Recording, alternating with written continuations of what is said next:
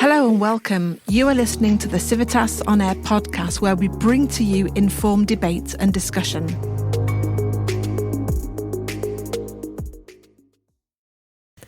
This podcast is part of an EU-funded Jean Monnet module, DEBUE, Debating Europe, Internal and External Dynamics of European Integration at Collegium Civitas.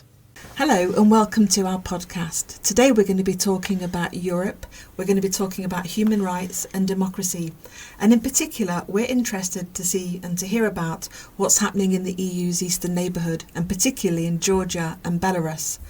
We're interested in what's going on in terms of democratic backsliding and what we're calling right now de-Europeanisation. And to talk about these policy relevant and academically relevant topics, I'll be discussing these issues with Maria, with Sophia, with Gaia and Lucia. So to get the ball rolling, I want to hear from you, Sophia, all about democracy and human rights in the EU. What are we talking about? Okay, so human rights, democracy, democratic backsliding, these are all sort of buzzwords that we hear flying around in the recent years. Although these issues have been very much long-standing and sort of the pillars of modern civilization, first of all, I think it's important that we define human rights, and those are the rights that are inherent to all human beings, regardless of our nationality, residence, sex, sexual orientation, gender identity, national or ethnic origin, skin color, and basically any other status that you can think of. Human rights are important, but why? To me, it seems like human rights are a big part of how people interact basically on all levels in a society. We're talking in the family, in the community, in schools, at the workplace, in politics, in international relations, even in art, particularly in the era of humanism. To me, it is therefore vital to discuss this, and so that people everywhere should strive to understand what human rights are and how we uphold them. And it seems that we often talk about these issues, you mentioned democracy, rule of law, human rights, in a European Union context. Why is that? Why do people talk about all of these issues as being core EU values? How did it come to be that way? Well, from the very, very beginning and the Treaty of Rome in 1950s, certain goals were established for this union, which was to be, first of all, an ever closer union in the region, sort of entailing this spillover effect of best practices that included social progress in the countries by joint action. This action is aimed at improving the citizens' living and working conditions, reducing social differences, and most importantly, pooling resources to preserve and strengthen personal freedom, peace, and liberty of European citizens. And then later, 50 years later, the Lisbon Treaty and the EU Charter of Human Rights sort of cemented the following principles in the region by establishing human dignity as something inviolable, something that must be respected and protected. Now we're talking about democracy and rule of law that are basically what the EU is based on. Everything in the EU is founded on treaties that are voluntarily and democratically agreed upon by the EU members. And then human rights, again protected by this EU Charter, which again covered the right to live free of discrimination on the basis of sex, race, ethnic origin, and so on. These are the core principles, but we have human rights that are emerging, such as the protection of personal data and the right of access to justice in the digital world. So it's quite a dynamic concept, would you say?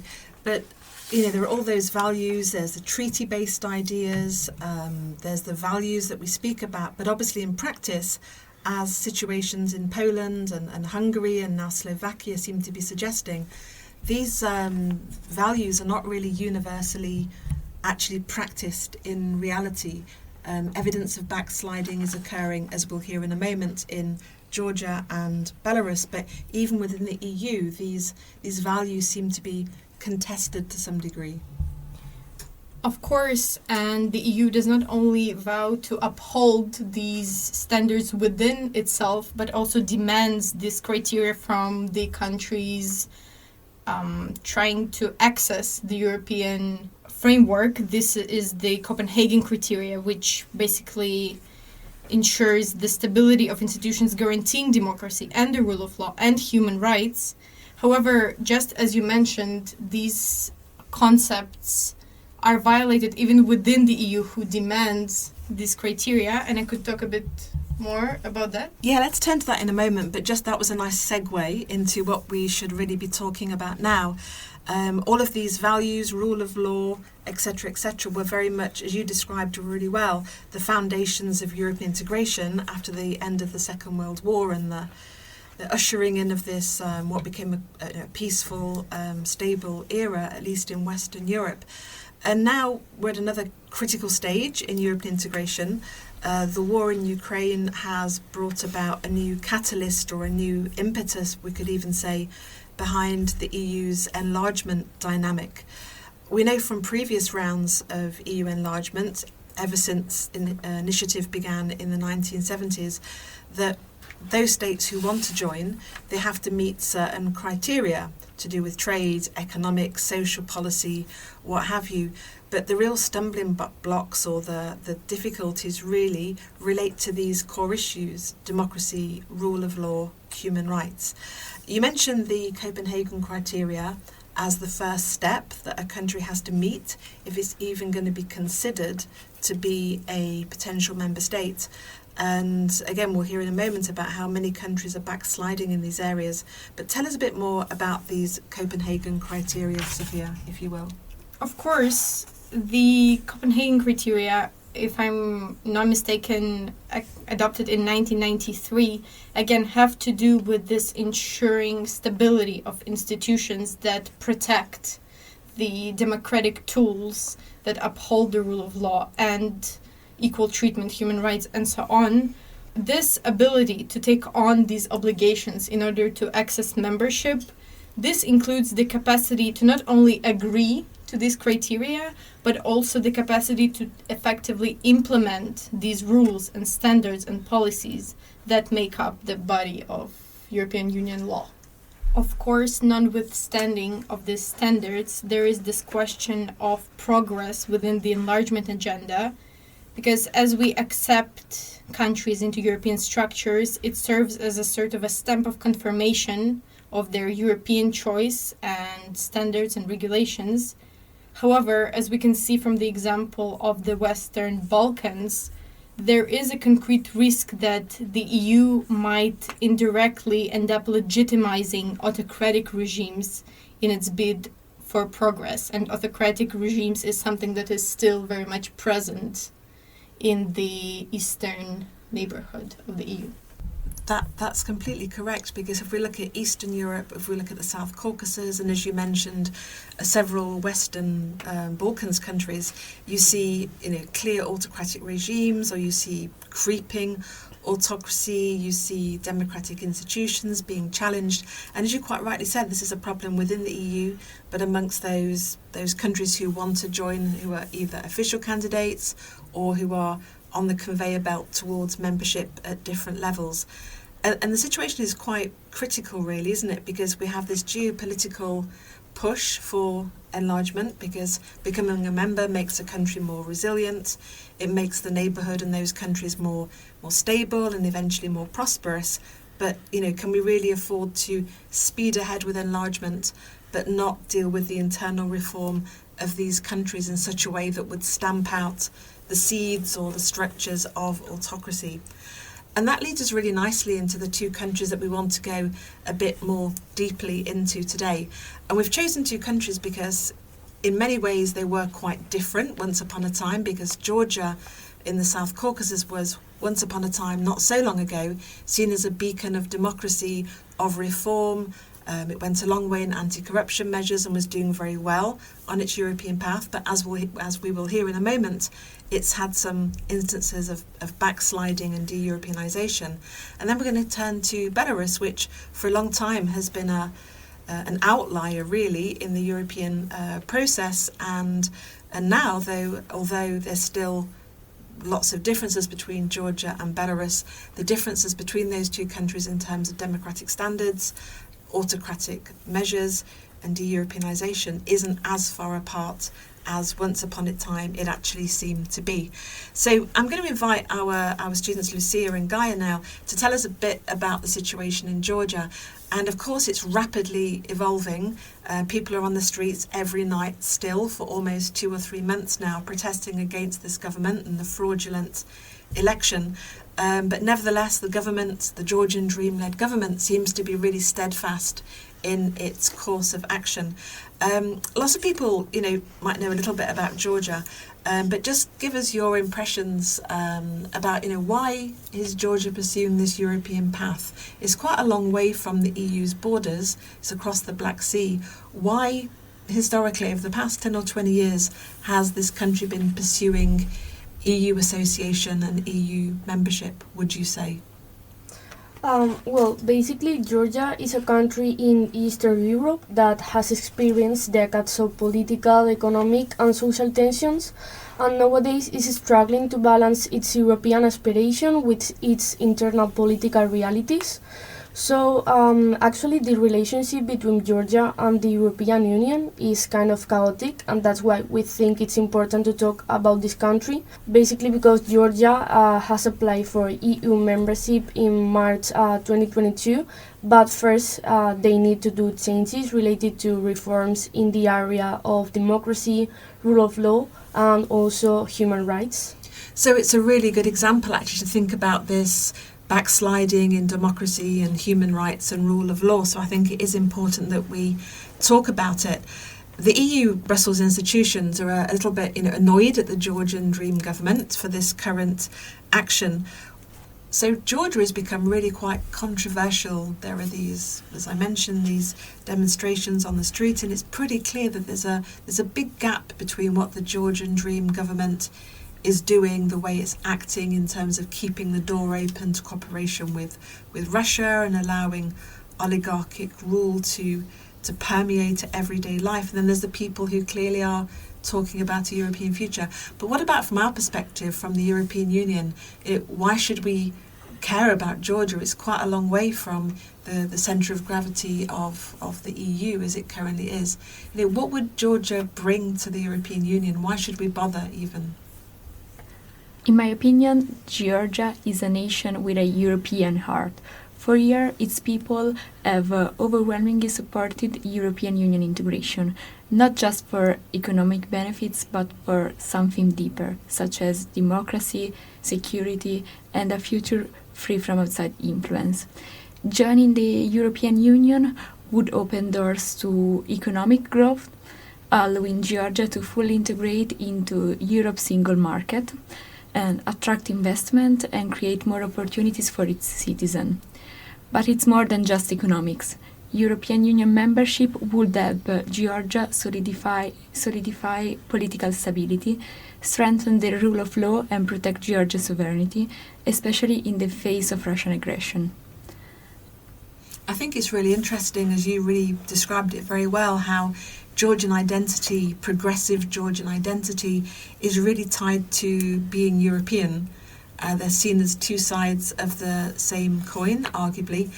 And this doesn't seem to be appreciated by the government. In fact, they're opposite, acting in an opposite way. And we've seen that really clearly and really vividly over the past year or so, in a kind of ups and downs, really, where the government has tried to introduce lots of new laws and practices which essentially are the opposite of the kind of democratic, rule of law, human rights based ideas that Sophia mentioned earlier as being inherent within Europeanisation. And one of the most infamous developments that we've heard about is this direct challenge to civil society, freedom of association, freedom of expression, encapsulated in something that people are calling the foreign agents law. What essentially is that, if you could just spell that out for us?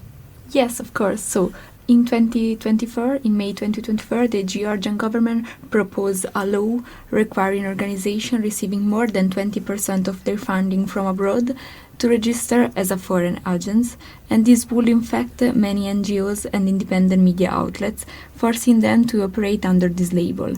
and the measure could severely limit freedom of expression and hinder the work of groups monitoring the government or defending human rights. This proposal is controversial because it has seen a step toward authoritarianism, highlighting similarities to an existing Russian law used to control and restrict independent organizations and media. The European Union and the United States expressed serious concern, warning that this legislation could push Georgia farther away from the European integration. It does seem that the so-called foreign agents law is exactly that. They want to single out NGOs and civil society groups who perhaps don't agree with the government and to present them as traitors to the nation, to the country. And it's worked to some degree. I gather that lots of civil society organisations have been closed down, or they have to re-register outside of Georgia to be able to continue working. And you mentioned that this is a law that was pretty much copy-pasted from Russia, and I gather in Serbia as well, that this has been carried out. How have civil society reacted to this, as far as you know?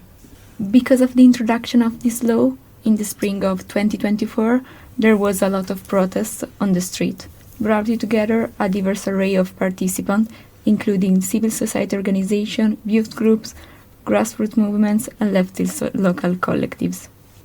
So, Lucia, tell us how are people reacting? We know that civil society citizens are out on the streets in Tbilisi, the capital, but not just, elsewhere across the country. What are they doing and why? What's the message they want to communicate to the world?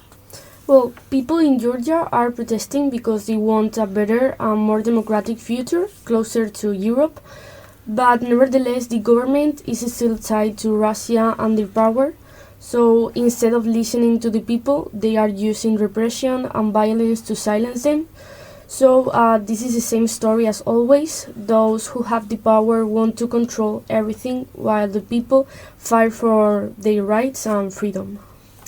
And I hear as well that journalists, critical journalists, independent media is also being targeted by the government, and different minority groups as well are trying to be silenced, and the government is trying to reverse a lot of EU-aligned laws in this particular area. It's also pretty clear that you have the Georgian Dream government who is peddling backwards on Europeanisation, and it seems that a lot of this is being controlled by an oligarch in the region who is also pretty cosy with Russia, actually. It seems that oligarchization is pretty buoyant and vibrant in the neighbourhood as a whole. Sophia, you're from Ukraine. Maybe you can make a comment about problems of oligarchy in the eastern region as a whole. Well, to me, it seems like the oligarchy and the corruption that is attached to it so strongly is one of the most prominent challenges that Ukraine and its neighbors will have to face and tackle in order to access the EU framework. It is so deep-rooted that whatever anti-corruption frameworks are in place, it does not seem to get rid of them. However, I know that in the EU as well, it's not absolved of corruption, and it is still present and investigated in current and former MEPs. And there are these whistleblower frameworks that deal with corruption. Perhaps this exchange of best practices that we've been talking about is something that the neighboring countries need to deal with this issue. Certainly once upon a time, Georgia wasn't seen as a country with a problem with oligarchy, and now it is. And as Gaia and Lucia definitely outlined, this is really making that Georgian European ambition put on the back burner, I would say. I mean, just a question for all of you, starting with Sophia and then moving around. Do you think that the European Union should just focus on enlarging no matter what, as fast as possible, to Georgia because of geopolitical reasons and the war? Or should the European Union be a bit more careful and say to Georgia, look, you've got to deal with all this democratic backsliding, and then we'll consider membership? So in other words, should a quick enlargement occur and bring Georgia, but also Ukraine and Moldova in, or should we be strict with these countries and say you've got to get your democratic house into order first, and then we can think about being membership. Sophia, very briefly, what do you think about that? Well, it's to me that EU enlargement is definitely beneficial, and we've seen this, for example, in the EU's economy's growth over the past 20 years. And as well, the president of the European Commission, Ursula von der Leyen, she clearly stated that enlargement will remain a top priority for the new Commission. However, there is this issue of timing versus credibility. This rapid accession talks might undermine this European stamp of approval and the upholding of the European standards. But what do you think as a Ukrainian citizen living here in the EU? Should we go fast, bring them in for geopolitical reasons, or be stricter and say this is going to take you 20 years? I think it should be both. I think you definitely should be strict to give an incentive to Ukraine and other countries attempting accession. Unfortunately, these issues is something that is so deep-rooted that it does need this big push from the EU, perhaps in terms of these timing deadlines.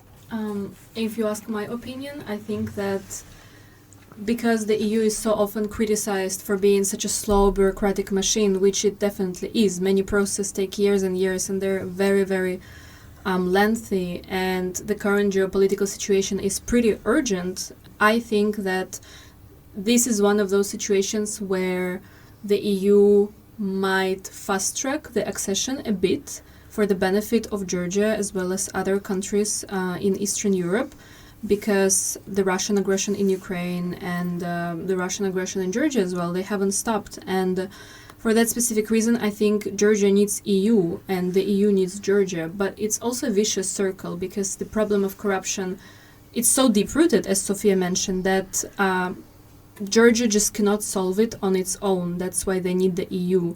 So I think that this is one of those cases where the EU should consider maybe bending certain procedures in order to fast-track the accession of countries like Georgia or Ukraine, for instance.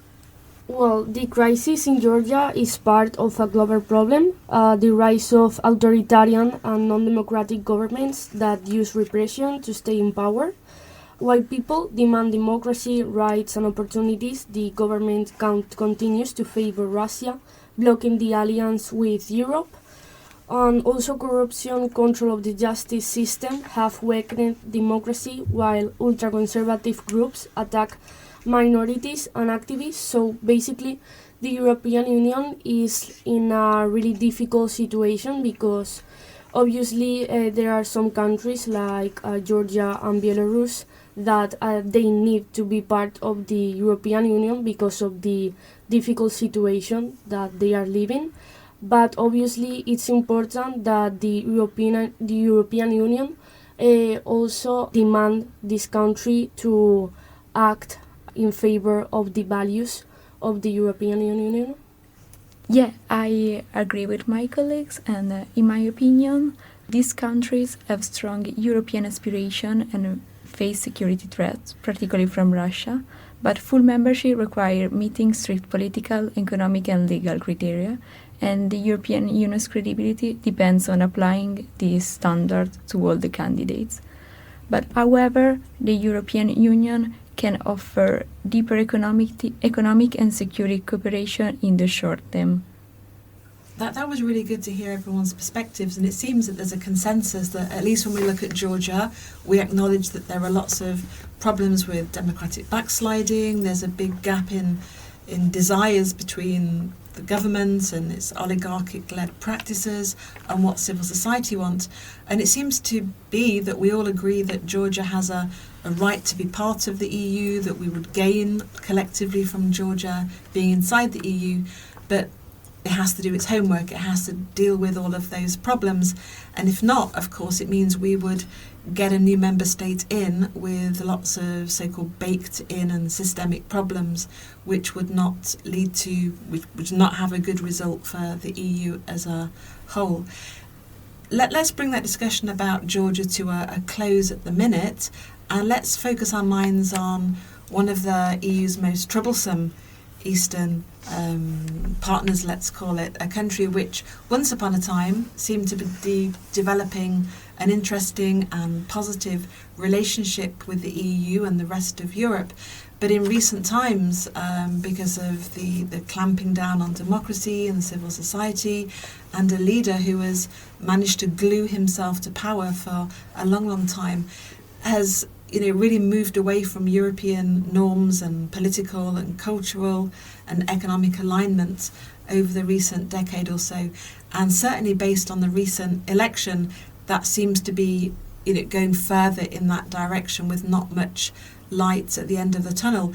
But again, a little bit like Georgia, you have the government pursuing this and the authorities pushing away from Europe, but the civil society and the citizens, certainly those like yourself, Maria, who are based here in Warsaw, you have a different perspective, and your wish is to see your country move closer to Europe.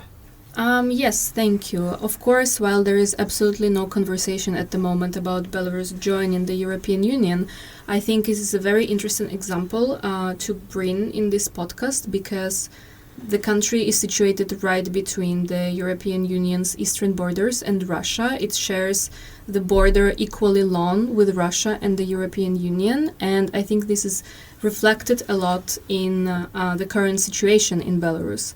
Basically, Belarus has been under the same leadership of Alexander Lukashenko since 1994, which means that today, in 2025, he has been president for more than 30 years. And he has been president since Belarus gained independence from the Soviet Union. And since this very moment, while keeping very, very close ties with Russia, which is reflected, for instance, in the fact that there are two national languages in Belarus, Belarusian and Russian is much more widely spoken. At the same time, the president Lukashenko has always tried to sit on two chairs at the same time and also keep the door open to relationships with the European Union. And there was economic trade, and there was technical cooperation, and Belarus seemed to be quite open to letting more European influences inside as well, which is reflected by a big support for NGOs that was coming from the European Union, not just financial, but also, I would say, cultural. And Belarus was one of the founding members of the Eastern Partnership Initiative in 2009, which ended in 2021 when it opted out of its participation. The country was in the middle of protests after the falsified 2020 elections, and there was a case with the Ryanair flight coming from Greece to Lithuania, which was diverted and forced to land in Belarus, which resulted in closing the skies above Belarus and the European Union imposing tons of sanctions on the country. And then it decided to break the ties even more, and Belarus opted out of the participation. However, we cannot underestimate the impact that these attempts to deepen the relationships with the European Union had, because there was definitely a lot of empowerment of civil society, a lot of NGO support. The economic cooperation was definitely good for the economy within the country. The overall relationships were improving. There were negotiations not to cancel the visas, of course, like it was made with Ukraine, for example, but to make them cheaper for regular citizens, to be more accessible. And all of this was unfortunately stopped due to the sanctions and due to the harshening political reality within the country. You described that really well. Once upon a time there was this enthusiasm, the idea that the Belarusian leadership could indeed have this dual-focused approach, and that somehow Europeanization to some degree could occur whilst they maintain this balanced relationship with Russia. And then it all, on the back of the 2020 election and subsequent to that, as you described, there was a big step away from the connection with the EU. I mean, what does the leadership actually want, would you say? Because I think it's quite hard to understand from the outside. It is definitely hard to understand from the inside as well, I would say. And for sure, Lukashenko is the most loyal ally to Putin in all his politics, including his war in Ukraine. And he definitely wants to keep it this way. But at the same time, I feel like there were attempts from the government to turn the page somehow and to maybe work to reduce some sanctions imposed by the European Union. However, of course, those attempts are unsuccessful, and since the 2020 falsified election, it's hard to imagine that there is any way back to the situation that was before. For example, in 2019, when the NGO scene was booming and there was a lot of cooperation. Now it's a long conversation about human rights, and I think we will get to this in a second, but the civil society was basically destroyed, and all the NGOs were forced to close. They cannot get any funding from anywhere unless it's some kind of a pro-Russian NGO or something. And this civil society scene is basically deserted at the moment. That's right, everything's been pretty much extinguished in terms of access to funds. I know that the property of lots of NGOs and civil society groups were, closed down, and the government made it virtually impossible to operate. So, opposition to the government, to the ruling authority, is difficult, if not impossible, as far as I understand from what you've said. And this situation has just been further embedded, right? Because there was an election recently, no surprises with the result. Again, it's interesting to hear your reflection on that, given your proximity to the situation. Yeah. While the election in 2020 feels like yesterday, to be honest, we have just had a new election, if we can call it this way, in January 2025. And Lukashenko has secured his 7th term in the office, winning 86.82% of the vote. Interestingly, the second most popular candidate was against all. It got 2%. And basically this was yet another falsified election, which the West called a bitter day for all those who long for democracy, a sham designed to tighten control, and also an attempt to turn the page to show the West that, see, I'm actually the president. People are not protesting after this election. They actually voted for me. However, it's important to note the differences between the election in 2020 and the recent 2025 election, which made any kind of protesting and any kind of expressing your disagreement impossible. First of all, we have to say that there was no voting abroad allowed, even though thousands and thousands of Belarusians live in the European Union. In Russia even, you couldn't vote in the embassy in Moscow, for example. They were all closed, like it was a regular Sunday. Also, there was no privacy of voting, there were open cabins, and no independent observers were allowed on the premises, both from abroad and from inside of the country, for example, from NGOs, which I have already mentioned, they are non-existent basically.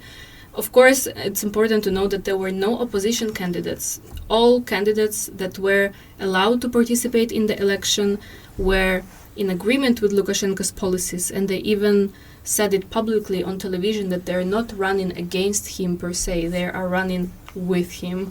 And of course, all real actual opposition leaders are either in prison or in exile in Poland or in Lithuania. Thousands of people left the country, so the demonstrations pro-democracy and against the results of elections were possible only from abroad. However, similarly, as in 2020, the internet connection was cut off in the whole country on the day of the election, and the police was mobilized in case something was supposed to happen. So from what you said, from a very bad situation in 2020, 5 years later, 2025, the same result, but even stricter, harder, autocratic, anti-democratic practices have been introduced, and we don't seem to have a light at the end of the tunnel, given the lack of space for civil society to operate. And of course, Belarus is at the one end of the spectrum. As Gaia and Lucia described, Georgia is still, has some semblance of democracy and freedom of association. People can be on the streets, but there's definitely a trend in what we would see as the wrong direction. Sophia, I know some work that you've been doing. You've been plotting these countries against global trends to do with human rights and democracy. What have you learned in the course of reading and thinking about this global set of issues? So if we're talking globally, as of 2023, actually only 8% of the world's population actually lives in a full functioning democracy. And so still some of the lowest scoring regimes in Europe are in Russia and Belarus. The Belarusian Helsinki Committee in 2023 gave a 2.4 index out of 10 points to Belarus. When it comes to the Human Freedom Index of 2024, so the most recent one, Belarus ranks 140th out of 165 countries inspected. And for context, Georgia is in 52nd place, according to that index. I think it's going to be really interesting how those trends pan out over the next year or two, to see how subsequent elections are going to be held, whether it's the local or the national level. We touched upon them, but maybe a bit more from Maria about the specific human rights issues in Belarus. There are stories, verifiable stories about torture, the use of the death penalty, obviously. What's the situation on those really difficult topics?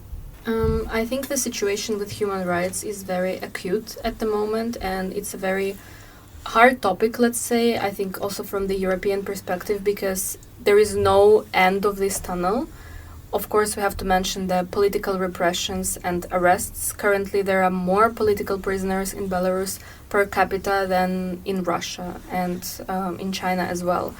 At the moment, over 1,000 prisoners for political reasons remain incarcerated, and those include political activists, journalists, students, opposition leaders, and many of them are tortured and held incommunicado, so the public as well as their families haven't heard from them for months and months. And the families of the activists are targeted as well and subjected to harassments and detentions. Of course, we cannot talk about human rights without mentioning the death penalty, because Belarus is the only country in Europe with death penalty. And it is not only the fact that it is present, it is also the method of executions, because in Belarus, if you are sentenced to death penalty, you die by being shot in the forest. And the families do not receive the bodies of those people, and the political danger of this is that the death penalty is officially allowed for terrorism, and some of the political activists are sentenced on the basis of these fabricated terrorism accusations. At the moment, none of them have been sentenced to death penalty, luckily, but legally, it is a possibility.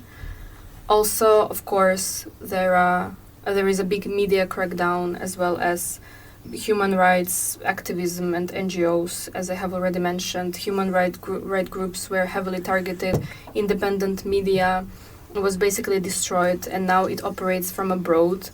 But even political activity abroad, there were attempts to destroy it, because people who live abroad, they are threatened with, for example, citizenship revocation, and they also face heavy legal barriers. For instance, you cannot change your Belarusian passport abroad, so if you lose it, or if it gets stolen, or if it simply expires, you have to go back to Belarus, where people who are political activists or journalists or whatnot can face serious consequences. And also there were cases with Belarusian protests were held abroad. They were filmed by people who were then arrested as Russian and Belarusian agents working in Poland, for instance. In such a situation, which is worsening, I guess that things will not change fundamentally until the current leader is no longer with us. I think that's a safe assumption. I guess he has a legacy planned. He has people lined up who would pick up his mode of government and take that forwards. In the meantime, what can the international community do? What can the EU, what can individual European countries do to tackle this and to help improve the situation from outside, given that so many channels of communication and development aid have been cut over the past few years or so? It's what punitive measures, what sticks and carrots have the possibility to make an effect. And anyone can chip in on this particular question, but maybe we'll go back to Maria to give us your insights on that. what can be done? So since 2020, Belarus has been heavily sanctioned, including by the European Union, and I think it's a good idea. However, the EU should really consider who the sanctions are affecting the most, because at the moment it doesn't seem that the government or actual people in power, people who make decisions, suffer from it in any way, as well as people within the country. Mostly people who want to go abroad face barriers. For example, it's hard to access visas and it's hard to get a refugee status in many countries. So I think it's good that many countries and many international organizations help to keep the door open for Belarusians with pro-democratic views. And I think this should continue this way, and there should be a working procedure for people to go abroad and to get documents abroad in order to stay there. And of course, I think it's good that the NGOs have been kept alive abroad, as well as the independent media. They operate in Poland, in Lithuania, and they can still cover what's happening inside the country independently without being based in the country. Sophia, you want to add something here? Yeah, if I may chip in, to agree with Maria, I believe that empowering the civil society is key in this situation. These accession or otherwise human rights issues, they require human-centered, comprehensive, intersectional approaches. And I believe to correctly prioritize the issue and dispense this humanitarian, or better yet, development aid, civil society and their knowledge and first-hand experience, it is crucial. So I think what you're talking about is this human-centric, people-centric approach, focusing upon supporting civil society groups, education, young entrepreneurs. I think that's a positive way to bring our discussion to a close. We started off by talking about and describing and highlighting how democracy, human rights, rule of law are part of Europe's genetic code and part of our founding EU institutions and values, but how fragile they can be, both inside the EU. We then spoke about how this all relates to Europe and the world, and in particular the EU's enlargement agenda. It was interesting to hear from Gaia and Nasir about Georgia, how this was a country which seemed to have such a certain and clear European pathway a decade or so ago, and then you have an election, a government with a very different view of the country, and how this has had immediate effects upon the quality of democracy, the rule of law, and so much backsliding or backpedaling. It's hard to bring that back into line, into alignment with EU values. I think it's really encouraging. I don't know what you two think, but it's encouraging to see people on the street with such passion, wanting to see the future of their country in the EU. So I think we have reasons to be hopeful there. Whereas, as we heard from Sophia and Maria about Belarus, where there just seems to be no change in sight, but at least we have ways in which we can support or hold a beacon to civil society. The purpose of this podcast was to shine a light on democracy, human rights in a challenging context, but this was also set against the background of perhaps a need to enlarge the EU more quickly than we would normally do under, let's say, normal circumstances.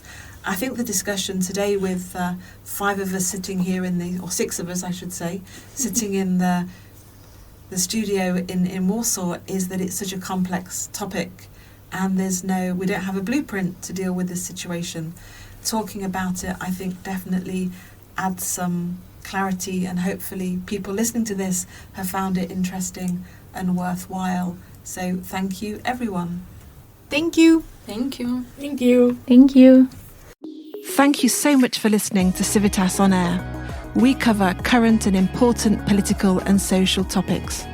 Our work is produced by researchers and students from Collegium Civitas, together with Radio Palace. Please subscribe to our podcast by visiting your favourite streaming service, like Spotify or Apple Podcasts. And do stay tuned for the next episode.